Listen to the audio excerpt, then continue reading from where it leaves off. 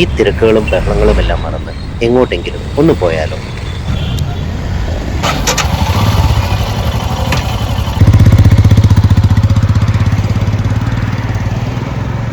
കൊച്ചി നഗരത്തിൽ നിന്നും വെറും 8 കിലോമീറ്റർ മാറി 13 ദ്വീപുകളുടെ ഒരു സമൂഹമുണ്ട്. കടമക്കുടി 1341 പ്രളയത്തിന്റെ അനന്തരഫലമായി ഉദ്ഭവിച്ച ദ്വീപുകളാണിവ. കടമക്കുടിയിലെ എൻ്റെ ഡേ ഞാൻ തുടങ്ങിയത് ഈ മോർണിംഗ് കയാക്കിംഗ് സെഷനോട് കൂടിയാണ്. വളരെ മനോഹരമായൊരു സൺറൈസ് വ്യൂ, അതിനൊപ്പം ഈ ബാക്ക് വാട്ടേഴ്സും ഇതിൻ്റെ ചുറ്റുമുള്ള ആംബിയൻസും എല്ലാം കൂടി വരുമ്പോൾ നമ്മൾ എത്ര തന്നെ ലൈഫിൽ ലോ ആയിട്ട് ഫീൽ ചെയ്താലും നമ്മളെ ഒന്ന് പിടിച്ചുയർത്താനുള്ള ഒരു കഴിവ് ഈ ഒരു ആംബിയൻസിന്. ഈ ഒരു കയാക്കിംഗ് റൂട്ട് ഏകദേശം 6 കിലോമീറ്ററോളം വരും. ചെറു തോടുകളിലൂടെയും കായലിലൂടെയും എല്ലാം കറങ്ങി ചെമ്മീൻ കെട്ടുകളുടെയും പൊക്കാളിപ്പാടങ്ങളുടെയും ഇടയിലൂടെയെല്ലാം ഈ കയാക്കം തുഴഞ്ഞു വരുന്നത് വല്ലാത്തൊരു അനുഭവം തന്നെയായിരുന്നു.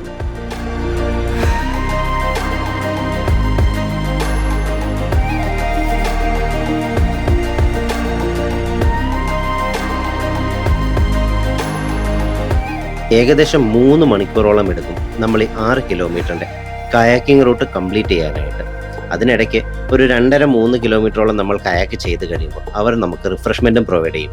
കയാക്കിലിരുന്ന് തന്നെ നല്ല ചൂട് ചായയും പഴംപൊരിയും എല്ലാം കഴിച്ച് നമുക്ക് യാത്ര തുടരാം. അതോടൊപ്പം ജീവിതത്തിൽ ഇന്ന് വരെ കാണാത്ത ആൾക്കാരുമായുള്ള സൗഹൃദ സംഭാഷണങ്ങളും കളിയും ചിരിയും എല്ലാമായിട്ട് വല്ലാത്തൊരു വൈബ് തന്നെയാണ്. നമുക്ക് വേണ്ടി ഈ ഒരു കയാക്കിംഗ് ഫെസിലിറ്റി ഒരുക്കി തന്നത് സീക്രട്ട് റൂട്ട് കയാക്കിംഗ് എന്നൊരു ഗ്രൂപ്പാണ്. പെർ ഹെഡ് 700 രൂപയാണ് അവർ ചാർജ് ചെയ്യുന്നത്. നിങ്ങളൊരു വലിയ ഗ്രൂപ്പായിട്ടാണ് വരുന്നതെങ്കിൽ അവർ എന്തെങ്കിലും റേറ്റും കുറച്ച് തരും. ഈ കാണുന്നതാണ് ചെറിയ കടമക്കുടി. നാവികസേന അഡോപ്റ്റ് ചെയ്തിരിക്കുന്ന ഈ കൊച്ചു ഐലൻഡിൽ 63 കുടുംബങ്ങളാണുള്ളത്. ഇവിടെയാണ് ഇവരുടെ ബോർഡിംഗ് പോയിന്റും ഉള്ളത്. 21 പേർക്ക് ഒരുമിച്ച് കയാക്കിംഗ് ചെയ്യാൻ പറ്റുന്ന ഫെസിലിറ്റി ഇവരുടെ കയ്യിൽ അവൈലബിൾ ആണ്. ഞാൻ ഇവരുടെ കോൺടാക്ട് ഡീറ്റെയിൽസും മറ്റും ഡിസ്ക്രിപ്ഷൻ ബോക്സിൽ കൊടുത്തേക്കാം. ഇവരുടെ ലൊക്കേഷനും ഞാൻ ഇതിൻ്റെ കൂടെ ടാഗ് ചെയ്തേക്കാം. ഇൻട്രസ്റ്റഡ് ആയിട്ടുള്ളവർ തീർച്ചയായും കോൺടാക്ട് ചെയ്യണം. കൊച്ചിയിൽ വരുന്നവർക്കും കടമക്കുടി കാണാൻ വരുന്നവരും ഒരിക്കലും മിസ് ചെയ്യാൻ പാടില്ലാത്തൊരു പരിപാടിയാണ് ഇവരുടെ ഈ കയാക്കിംഗ് സെഷൻ എന്ന് പറയുന്നത്. വളരെ യുണീക്ക് ആയിട്ടുള്ള ഒരു എക്സ്പീരിയൻസ് ആയിരുന്നു. നിങ്ങൾ ഇതുവരെ കയാക്കിംഗ് ചെയ്തിട്ടില്ലെങ്കിൽ തീർച്ചയായും ഇതൊന്ന് എക്സ്പീരിയൻസ് ചെയ്യണം. കയാക്കിംഗ് സെഷൻ കഴിഞ്ഞപ്പോൾ തന്നെ ഏകദേശം 9:30 കഴിഞ്ഞു. ഇനി പോകേണ്ടത് വലിയ കടമക്കുടിയിലേക്കാണ്. അങ്ങോട്ടേക്ക് ഉച്ച കഴിഞ്ഞ് പോയാൽ മതി. ഈ ഒരു ഗ്യാപ്പ് നിങ്ങൾക്ക് വേണമെങ്കിൽ ഷോപ്പിങ്ങിനൊക്കെ ആയിട്ട് ഉപയോഗിക്കാം. ഉച്ച തിരിഞ്ഞ് 3 മണി കഴിഞ്ഞപ്പോൾ വലിയ കടമക്കുടിയിലെത്തി. ചെറിയ കടമക്കുടിയിൽ നിന്നും 12 കിലോമീറ്റർ സഞ്ചരിച്ചു വേണം ഇവിടേക്ക് എത്താൻ. ഇങ്ങോട്ട് വരാനുള്ള ഗൂഗിൾ മാപ്പ് ലൊക്കേഷനും ഡിസ്ക്രിപ്ഷനിൽ കൊടുക്കാം.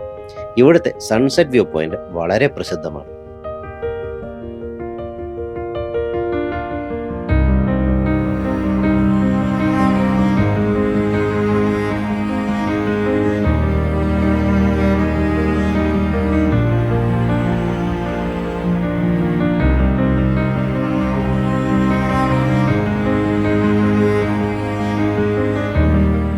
ഈ കാണുന്ന കുഞ്ഞു തോടിന്റെ ഇരുവശത്തുമായി ഏക്കർ കണക്കിന് പരന്നു കിടക്കുന്ന ചെമ്മീൻ കെട്ടുകളാണുള്ളത്.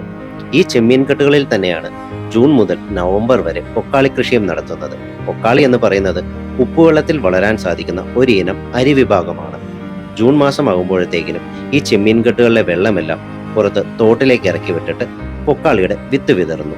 ആ ഒരു സമയത്ത് ഇവിടെ പക്ഷികളുടെ ഒരു കുത്തൊഴുക്ക് തന്നെയായിരിക്കും.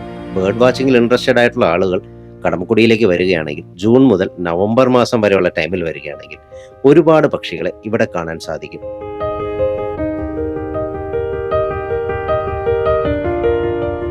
കായലിലെ വേലിയേറ്റത്തിനും വേലിയിറക്കത്തിനും അനുസരിച്ച് ചെമ്മീൻകെട്ടിലെ വെള്ളത്തിന്റെ അളവ് കൂട്ടുകയും കുറയ്ക്കുകയും ചെയ്യാറുണ്ട്. ആ സമയത്ത് കായലിൽ നിന്നുമുള്ള പോളകൾ ചെമ്മീൻകെട്ടിനകത്തേക്ക് വരാതിരിക്കുവാനാണ് ഇരുവശത്തും മുളകൾ കൊണ്ട് അതിര് കെട്ടിവെച്ചിരിക്കുന്നത്. പിന്നെ ഇപ്പോൾ ഈ ചേട്ടന്മാർ ചെയ്യുന്നത് ചെളിയും ചകിരിയും കുഴച്ചുണ്ടാക്കിയ കട്ടകൾ കൊണ്ട് ഈ ഒരു മടയുടെ താഴ്ഭാഗത്തുള്ള ഹോളുകൾ അടയ്ക്കുകയാണ്. എന്തെങ്കിലും വിടവുകൾ വന്നിട്ടുണ്ടെങ്കിൽ അത് ഈ ചെളി വെച്ച് ഇവർ അടയ്ക്കുന്നു. ഇത് വർഷത്തിൽ 2 പ്രാവശ്യം ചെയ്യും എന്നാണ് ഇവർ പറഞ്ഞത്.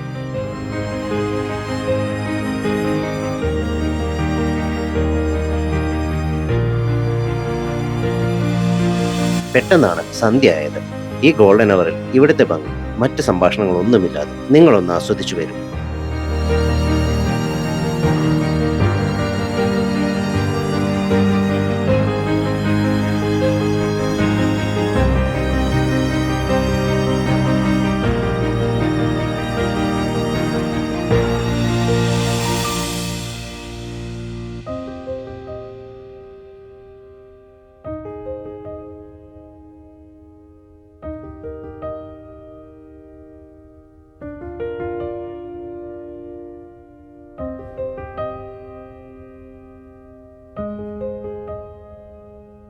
കടമക്കുടിയുടെ വിശേഷങ്ങൾ എല്ലാവർക്കും ഇഷ്ടപ്പെട്ടു എന്ന് കരുതുന്നു.